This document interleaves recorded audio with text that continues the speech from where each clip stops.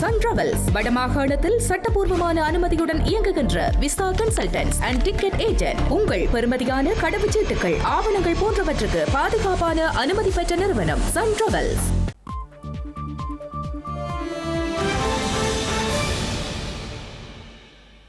வணக்கம். இது ஐபிசி தமிழின் இரவு நேர பிரதான செய்திகள். முதலில் தலைப்புச் செய்திகள்.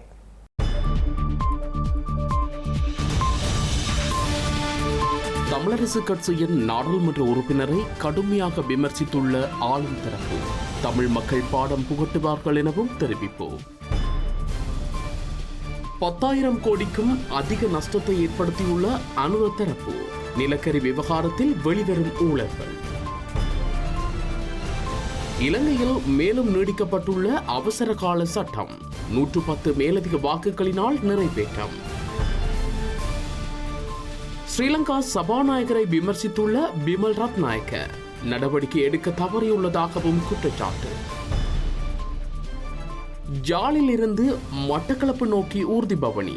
அன்னை பூபதியின் நினைவேந்தலை முன்னிட்டு நகர்வு. ஹோர்முஸ் நீரிணை பாதுகாப்பு குழு ஒன்றை அமைக்கும் முயற்சியில் ஐரோப்பிய நாடுகள்.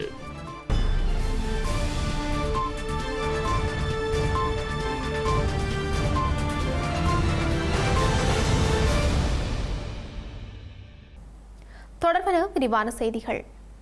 இந்திய ராணுவத்தினரை வெளியேறுமாறு கோரி உணவு தவிர்ப்பு போராட்டத்தில் ஈடுபட்டு உயிர் நீத்த தியாகி அன்னை பூபதியின் உருவப்படம் தாங்கிய ஊர்தி பவனி யாழ்ப்பாணத்திலிருந்து மட்டக்களப்பு நோக்கி ஆரம்பமாகியுள்ளது.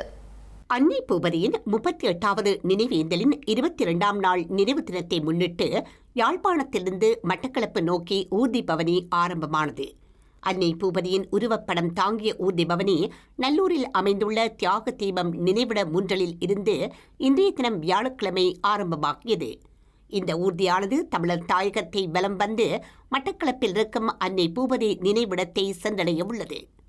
அமைதி காக்கும் படையணி என்ற பெயரில் தமிழர் தாயகத்திற்குள் நுழைந்திருந்த இந்திய படையினர் மேற்கொண்ட கொடூரங்களை அடுத்து இந்திய படைகளை வெளியேறுமாறு வலியுறுத்தி 1988ஆம் ஆண்டு மார்ச் 19ஆம் தேதி கணபதி பிள்ளை பூபதி அம்மாள் ஆகாரமின்றி போராட்டத்தினை ஆரம்பித்திருந்தார். இந்த போராட்டத்திற்கு இந்திய அரசினால் எந்தவித சாதகமான பதிலும் கிடைக்காத நிலையில் ஏப்ரல் 19ஆம் தேதி அன்னை பூபதி ஈகைச்சாவை தழுவினார். இலங்கை தமிழரசுக் கட்சியின் மட்டக்களப்பு மாவட்ட நாடாளுமன்ற உறுப்பினர் ஒருவரை ஸ்ரீலங்கா கடற்றொழில் அமைச்சர் ராமலிங்கம் சந்திரசேகர் கடுமையாக விமர்சித்துள்ளார். ராஜபக்சக்களோடு சேர்ந்து பல்வேறு குற்ற செயல்களுக்கு துணை போன குறித்த நபர் இன்று தமிழ் மக்களுக்காக போலி நாடகமாடுவதாகவும் விமர்சித்துள்ளார். இவரது போலி அரசியலுக்கு தமிழ் மக்கள் பாடம் புகட்டுவார்கள் எனவும் அவர் ஸ்ரீலங்கா நாடாளுமன்றில் குறிப்பிட்டுள்ளார். இந்த கிழக்கு மாகாணத்தை பிரதிநிதித்துவம் செய்கின்ற ஒரு சில பாராளுமன்ற உறுப்பினர்கள், ஒரு சிலர் அல்ல ஒருவர், அவர் இந்த பாராளுமன்றத்தில் இருந்து கொண்டு பாராளுமன்றத்தில் இருக்கின்ற சலுகைகளை பயன்படுத்தி கொண்டு மிகவும் மோசமான கருத்தியல்களை முன்வைக்கின்ற நபராக இருக்கும். யுத்தம் மூர்க்கத்தனமாக நடந்து கொண்டிருக்கின்ற பொழுது அன்றைய காலகட்டங்களில் இந்த மட்டக்களப்பு மாவட்டத்தை பிரதிநிதித்துவம் செய்கின்ற நபர் அவருடைய தாத்தாவை எடுத்துக்கொண்டாலும் சரி, அவருடைய அப்பரை எடுத்துக்கொண்டாலும் சரி, இவரை எடுத்துக்கொண்டாலும் சரி, அன்று தமிழ் மக்களை கொன்றொழித்த, தமிழ் இளைஞர்களை சிறை வைத்த, தமிழ் யுவதிகளை மானபங்கப்படுத்திய நபர்களோடு கூட்டு சேர்ந்து கொண்டிருந்த நபர். அதாவது அன்றைய காலகட்ட விஷயமாக எங்களுக்கு எல்லோருக்குமே தெரியும். சபையில் இருக்கின்றார்கள் ராஜபக்சாக்களுடைய குடும்பம், ராஜபக்சாவுடைய மகனார். அப்போ அந்த மகன்களால் உருவாக்கப்பட்டிருந்த தமிழ் மக்களுக்கு எதிரான குழுக்கள் இருந்தது. தமிழ் மக்களை வேட்டையாடுகின்ற, தமிழ் இளைஞர்களை வேட்டையாடுகின்ற குழுக்கள் இருந்தது. அப்ப அந்த குழுக்களோடு சேர்ந்து தமிழ் மக்களை வேட்டையாடிய நபர் இன்றைக்கு என்னமோ நீலி கண்ணீர் வடிக்கின்ற நபராக மாறியிருக்கின்றார். இலங்கையில் நடைமுறையில் உள்ள அவசரகால சட்டத்தை மேலும் நீட்டிக்கும் தீர்மானம் நாடாளுமன்றத்தில் பெரும்பான்மையுடன் நிறைவேற்றப்பட்டுள்ளது. இலங்கையில் நிட்வா புயல் அனர்த்தத்தை தொடர்ந்து நடைமுறைப்படுத்தப்பட்ட அவசரகால சட்டம் நாட்டின் நிலைமையை கருத்தில் கொண்டு தொடர்ந்தும் நடைமுறையில் உள்ளது. இந்த நிலையிலேயே அதனை மேலும் நீக்கும் தீர்மானம் நாடாளுமன்றில் இன்று வாக்கெடுப்பிற்கு விடப்பட்ட நிலையில் ஆதரவாக 137 வாக்குகளும் எதிராக 27 வாக்குகளும் அளிக்கப்பட்ட நிலையில் 110 மேலதிக வாக்குகளினால் நிறைவேற்றப்பட்டுள்ளது. 60 நாடாளுமன்ற உறுப்பினர்கள் வாக்கெடுப்பில் கலந்து கொள்ளாது அமர்வை புறக்கணித்துள்ளனர். அவசரகால சட்டம் பொதுமக்களின் அடிப்படை உரிமைகள் மீது தாக்கத்தை ஏற்படுத்துவதாக சுட்டிக்காட்டியுள்ளனர். ஸ்ரீலங்கா நாடாளுமன்ற மரபுகளுக்கு முரணாக ஆளும் கட்சியின் பெண் நாடாளுமன்ற உறுப்பினர்களை குறிவைத்து எதிர்க்கட்சி உறுப்பினர்கள் தகாத வார்த்தை பிரயோகங்களை பயன்படுத்துவதற்கு எதிராக சட்ட நடவடிக்கை மேற்கொள்ளுமாறு சபை முதல்வர் பிமல் ரத்நாயக்க வலியுறுத்தியுள்ளார். குறித்த செயற்பாட்டிற்கு எதிராக சபாநாயகர், பிரதி சபாநாயகர் மற்றும் நாடாளுமன்ற செயலகம் ஆகியன நடவடிக்கை மேற்கொள்ள தவறியுள்ளதாகவும் விசனம் வெளியிட்டுள்ளார். ஸ்ரீலங்கா நாடாளுமன்ற மரபுகளுக்கு ஒவ்வாத மொழியை பயன்படுத்துவது மற்றும் பெண் நாடாளுமன்ற உறுப்பினர்கள் குறித்து இழிவான கருத்துக்களை தெரிவிப்பது போன்ற செயற்பாடுகள் தொடர்பில் எதிர்க்கட்சி நாடாளுமன்ற உறுப்பினர்கள் மீது நடவடிக்கை எடுக்க கோரி ஆளும் கட்சியைச் சேர்ந்த பெண் நாடாளுமன்ற உறுப்பினர்கள் சபாநாயகரிடம் கடிதம் சமர்ப்பித்துள்ளதாக பிமல் ரத்நாயக்க தெரிவித்தார். எனினும் பெண் நாடாளுமன்ற உறுப்பினர்களின் கோரிக்கை தொடர்பாக இதுவரை எந்த நடவடிக்கையும் எடுக்கப்படவில்லை என்றும் இதுகுறித்து சபாநாயகர் நடவடிக்கை எடுக்க வேண்டும் என்றும் வலியுறுத்தினார். சில நாடாளுமன்ற உறுப்பினர்களை குறிவைத்து பிரயோகிக்கப்படும் இதுபோன்ற வார்த்தை பிரயோகங்களை கட்டுப்படுத்த நாடாளுமன்ற செயலகம் மௌனம் காப்பதாக அவர் கூறினார். இதுபோன்ற நாடாளுமன்ற மரபுகளுக்கு எதிரான கருத்துக்கள் அனைத்தும் ஹன்சாட்டிலிருந்து நீக்கப்படும் என்றும் சபை தலைவரால் எழுப்பப்பட்ட விவகாரம் சபாநாயகரின் கவனத்திற்கு கொண்டுவரப்படும் என்றும் பிரதி சபாநாயகர் ரிஸ்வி சாலி கூறினார். நிலக்கரி மோசடி காரணமாக இலங்கைக்கு 10,000 கோடி ரூபாய்க்கும் அதிகமான நஷ்டம் ஏற்பட்டுள்ளதாக நாடாளுமன்ற உறுப்பினர் டி.வி. சானக்க தெரிவித்துள்ளார். கூட்டு எதிர்க்கட்சியினரால் இன்று நாடாளுமன்றத்தில் நடத்தப்பட்ட விசேட ஊடகவியலாளர் சந்திப்பில் கலந்து கொண்டு கருத்து தெரிவிக்கும் போதே அவர் இதனை தெரிவித்துள்ளார். ஏப்ரல், மே மற்றும் ஜூன் மாதங்களில் மட்டும் நிலக்கரி ஊழலால் 2,500 கோடி ரூபாவிற்கும் அதிகமான நஷ்டம் ஏற்படும் என மதிப்பிடப்பட்டுள்ளது. ஜனவரி மாதம் முதல் இந்த இழப்புகளை கணக்கிட்டு ஆராயும் போது மொத்த நஷ்டம் 10 கோடி ரூபாவிற்கும் அதிகமாக உள்ளது. கணக்காய்வாளர் நாயகத்தின் அறிக்கையின்படி கூடுதல் நிலக்கரிக்காக மட்டும் 220 கோடி ரூபாய் செலவிடப்பட்டுள்ளது. நிலக்கரி ஏற்றி வந்த 9 கப்பல்கள் தொடர்பான பிரச்சனையால் 141 மில்லியன் யூனிட் மின்சாரம் இழக்கப்பட்டுள்ளது. இந்த மின்சாரத்தை உற்பத்தி செய்ய டீசலை பயன்படுத்த வேண்டிய நிலை ஏற்பட்டுள்ளது. தற்போது டீசல் விலை அதிகரித்துள்ள நிலையில் ஒரு இலகு மின்சாரத்தை டீசல் மூலம் உற்பத்தி செய்ய 125 ரூபாய் செலவாகிறது. அதன்படி 141 மில்லியன் அலகுகளை உற்பத்தி செய்ய 11 பில்லியன் ரூபாவிற்கும் அதிகமான மேலதிக செலவு ஏற்படும். ஜூன் மாதத்தில் நாட்டில் நிச்சயம் நிலக்கரி தட்டுப்பாடு ஏற்படும். இதன் காரணமாக நுரைச்சோலை அனல் மின் நிலையத்தின் 900 மெகாவாட் மின்சார உற்பத்தியை டீசல் மூலமே ஈடு செய்ய வேண்டிய நிலை ஏற்படும். இதனால் மின்வெட்டு ஏற்படும் வாய்ப்புள்ளது. இந்த நிலக்கரி விலை மனு முற்றிலும் ஊழல் நிறைந்தது என நாங்கள் ஆரம்பத்திலேயே கூறி வந்தோம். ஆனால் ஜனாதிபதி மற்றும் எரிசக்தி அமைச்சர் உள்ளிட்ட அரசாங்கம் அதனை மூடி மறைக்கவே முயற்சித்தது. புதிய கணக்காய்வாளர் நாயகத்தின் அறிக்கையும் இந்த விலை மனு ஊழல் நிறைந்தது என்பதையே உறுதிப்படுத்தியுள்ளது. இலங்கையில் நடத்தப்பட்ட உயிர்த்த ஞாயிறு தாக்குதலானது ஒரு தனி சம்பவம் அல்ல எனவும் அது 2017ஆம் ஆண்டு முதல் தீட்டப்பட்ட ஒரு சதித்திட்டம் என்பது தற்போது விசாரணைகளின் மூலம் தெரிய வந்துள்ளதாக ஸ்ரீலங்கா பொதுமக்கள் பாதுகாப்பு அமைச்சர் ஆனந்த் விஜயபால தெரிவித்துள்ளார். நாடாளுமன்றத்தில் விசேட உரையொன்றை ஆற்றிய போதே பொதுமக்கள் பாதுகாப்பு அமைச்சர் இதனை குறிப்பிட்டுள்ளார். இந்த ஆண்டு ஏப்ரல் 21ஆம் தேதி உயிர்த்த ஞாயிறு தாக்குதல் நடந்து 7 ஆண்டுகள் நிறைவடைந்துள்ளன. உயிர்த்த ஞாயிறு தாக்குதல் தொடர்பாக நாடாளுமன்றத்தில் இதுவரை 12 விவாதங்கள் நடைபெற்றுள்ளன. இன்றைய விவாதம் 13வது விவாதம் ஆகும். தாக்குதல்கள் தொடர்பான ஏராளமான வழக்குகள் தற்போது நீதிமன்றங்களில் விசாரணையில் உள்ளன. தொடர்ந்தும் நடைபெற்று வரும் நீதிமன்ற நடவடிக்கைகள் காரணமாக சில தகவல்கள் வெளியிட முடியாது. எனினும் உயிர்த்த ஞாயிறு தாக்குதல் ஒரு தனிப்பட்ட சம்பவம் அல்ல, மாறாக ஒரு பரந்த சதித்திட்டத்துடன் தொடர்புடைய தொடர் நிகழ்ச்சிகளின் ஒரு பகுதி. தாக்குதல்களின் பின்னணியில் உள்ள முழு உண்மையை வெளிக்கொணரவும் பாதிக்கப்பட்டவர்களுக்கு நீதி கிடைக்க செய்யவும் முயற்சிகள் தொடர்கின்றன. சிவனேசதுரை சந்திரகாந்தன் உயிர்த்த ஞாயிறு தாக்குதல் குறித்து முன்கூட்டியே அறிந்திருந்தார் என்பதற்கான தகவல்கள் வெளியாகியுள்ளது. சக்ரான் ஹாசிமுக்கு மேலிருந்து அவரை இயக்கிய ஒரு நபர் மற்றும் குழு குறித்த ஆதாரங்கள் கண்டறியப்பட்டுள்ளன. இலங்கையில் அரசு மருத்துவ அதிகாரிகள் சங்கம் முன்னெடுத்துள்ள பணிப்புறக்கணிப்பு போராட்டத்தை ஏற்றுக்கொள்ள முடியாது என்று ஸ்ரீலங்கா அரசாங்கம் தெரிவித்துள்ளது.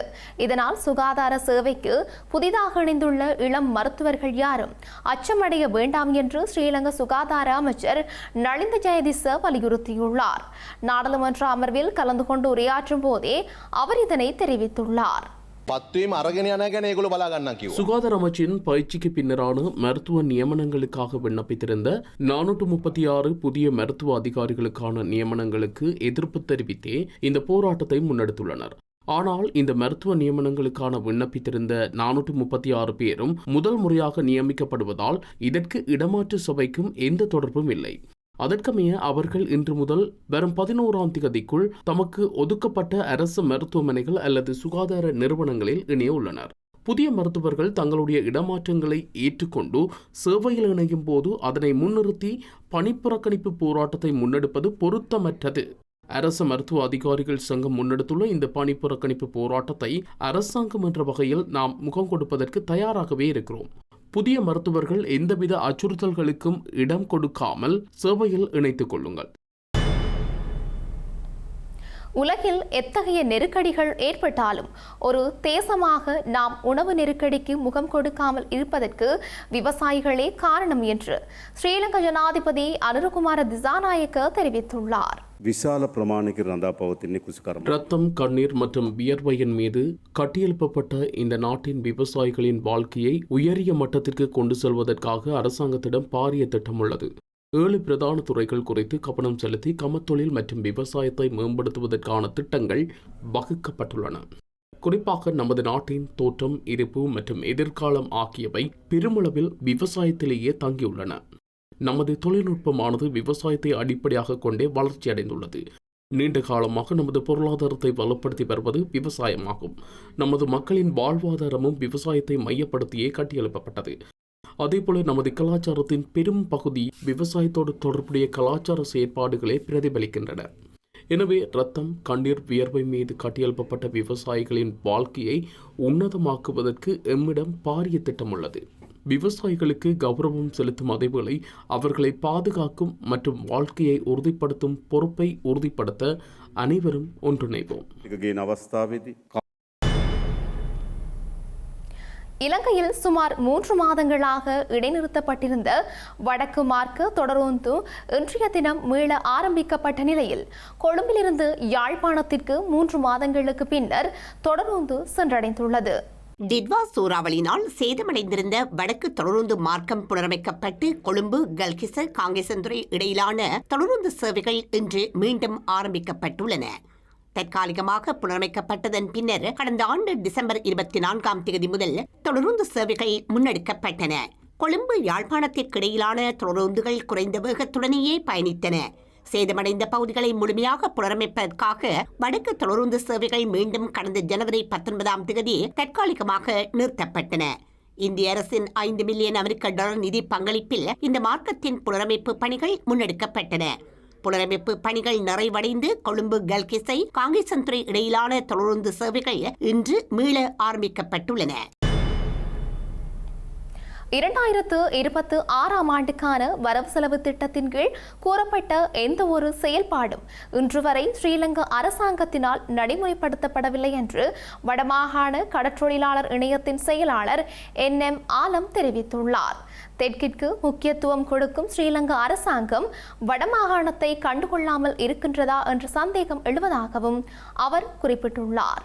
நாங்கள் கடந்த காலத்திலே 2026ஆம் ஆண்டுக்கான அரச பாதீடு பட்ஜெட்டை நாங்கள் பார்க்கும்போது பல விடயங்கள் மீனவர் தொடர்பாக சுட்டிக்காட்டப்படுகிறது. நிறைய விடயங்கள் நாங்கள் எதிர்பார்த்தது இல்லாவிட்டாலும் சொல்லப்பட்ட விடயங்களில் எதுவாவது நிறைவேறி இருக்கின்றதா என்பால் அது பூஜ்ஜியமாக இருக்கின்றது. எந்த செயற்பாடுமே இந்த வரவு செலவு திட்டத்திலே சொல்லப்பட்ட எந்த செயற்பாடும் இன்று வரை வடமாகாணத்திலே ஒரு வேலைதானும் நடைபெறவில்லை. எனவே வெறுமனே அரசாங்கம் பட்ஜெட்டில் கூறிய விடயங்களை நடைமுறைப்படுத்துவதில் காமதாமப்படுத்துவதா அல்லது வடமாகாணத்தை அவர்கள் கண்டுகொள்ளாமல் இருக்கின்றார்களா என்று கூட நாங்கள் நினைக்க தோன்றுகின்றது. எனவே கௌரவ கடற்றொழில் அமைச்சர் வடமாகாணத்திலே இருக்கின்றார், வடமாகாணத்துக்கு அடிக்கடி வருகின்றார், வடமாகாணத்திலிருந்து அவர் சேவை வேலையை செய்கின்றார். ஆனால் இந்த பாதீடு தொடர்பாக அதில் உள்ள சரத்துக்கள் தொடர்பாக மீனவர்களுக்கு எந்த விதமான தெளிவையும் அவர் தெளிவுபடுத்துவதாகவும் இல்லை, அந்த வேலை திட்டங்கள் எதுவும் நடைமுறைப்படுத்துவதாகவும் இல்லை. எனவே கௌரவ கடற்றொழில் அமைச்சர் ஒன்றை புரிந்து கொள்ள வேண்டும். வடமாகாணத்திலே நிறைய மக்கள் சங்கங்கள் இருக்கின்றன, நிறைய மக்கள் கடற்றொழிலில் ஈடுபடுகின்றார்கள். எனவே தென்பகுதியோடு ஒப்பிடும்போது வடமாகாணம் முற்றுமுழுதாக ஒரு புறக்கணிக்கப்பட்ட மாகாணமாக நாங்கள் பார்க்கின்றோம். அண்மையிலே கூட முல்லைத்தீவிலே பாரிய அளவிலான பிரச்சனையை அவர்கள் முன்வைத்தார்கள். அனைத்துக்கும் தீர்த்து தருவதாக கடற்றொழில் அமைச்சர் கூறிய போதிலும் அந்த கூறி சென்றிருக்கின்றால், ஆனால் அது எவ்வளவு வீதம் அது நடைமுறைப்படுத்தப்படும் என்பதுதான் நாங்கள் எதிர்பார்க்கின்றோம். பார்ப்போம். அந்த அவரின் வாக்குறுதிகள் நிறைவேற்றப்பட்டால் அது வரவேற்புக்குரியது. மத்திய கிழக்கின் சமகால போர் முடிவடைந்தவுடன் ஹோர்முஸ் நீரிணையால் செல்லும் கப்பல்களுக்கு பாதுகாப்பு அளிக்கும் வகையில் ஐரோப்பிய நாடுகளும் அதன் பங்காளி நாடுகளும் ஒரு குழுவை அமைப்பதற்கான திட்டங்களை தயாரித்து வருவதாக பிரெஞ்சு வெளியுறவு அமைச்சர் இன்று அறிவித்துள்ளார். மத்திய கிழக்கில் அமெரிக்கா தனது ஆக்கிரமிப்பை அகற்றிய பின்னர் சர்வதேச விதிமுறைகள் மற்றும் சர்வதேச சட்டத்தின் அடிப்படையில் ஹோர்முஸ் நீர்நிலையில் கப்பல்கள் செல்ல தனது அனுமதி தேவை என்று ஈரானின் துணை வெளியுறவு அமைச்சர் இன்று அறிவித்த நிலையில், போர் முடிவடைந்தவுடன் ஹோர்முஸ் நீர்நிலைக்கு பாதுகாப்பு அளிக்கும் வகையில் ஐரோப்பிய நாடுகளும் அதன் பங்காளி நாடுகளும் ஒரு குழுவை அமைப்பதற்கான திட்டங்களை தயாரித்து வருவதாக பிரெஞ்சு வெளியுறவு அமைச்சர் இன்று அறிவித்துள்ளார். இந்த குழுவில் சுமார் 15 நாடுகள் பங்கேற்க தயாராக இருப்பதாக பிரெஞ்சு அதிபர் இமானுவேல் மேக்ரான் நேற்று குறிப்பிட்ட நிலையில் பிரெஞ்சு வெளியுறவு அமைச்சர் இந்த விடயத்தை இன்று தெரிவித்தார். ஷேல் போர் நிறுத்தத்தை வேண்டுமென்றே கடுமையாக மீறியதால் ஹோர்முஸ் நீரிணை மூடப்பட்ட விடயம் நேற்றிரவு வெள்ளை மாளிகைக்கு அனுப்பப்பட்டதாகவும் ஈரான் குறிப்பிட்டுள்ளது. செய்திகள் நிறைவாக மீண்டும் தலைப்புச் செய்திகள்.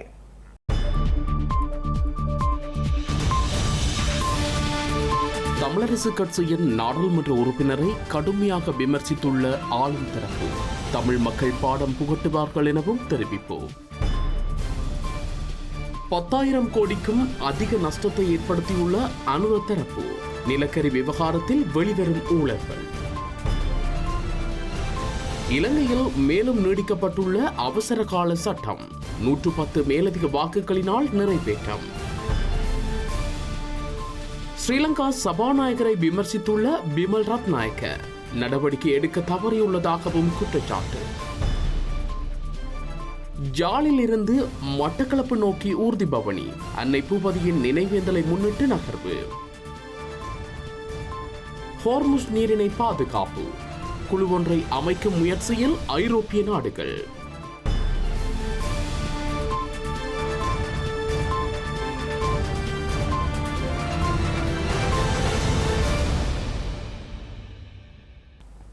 இத்துடன் ஐபிசி தமிழின் இரவு நேர பிரதான செய்திகள் நிறைவு பெற்றன.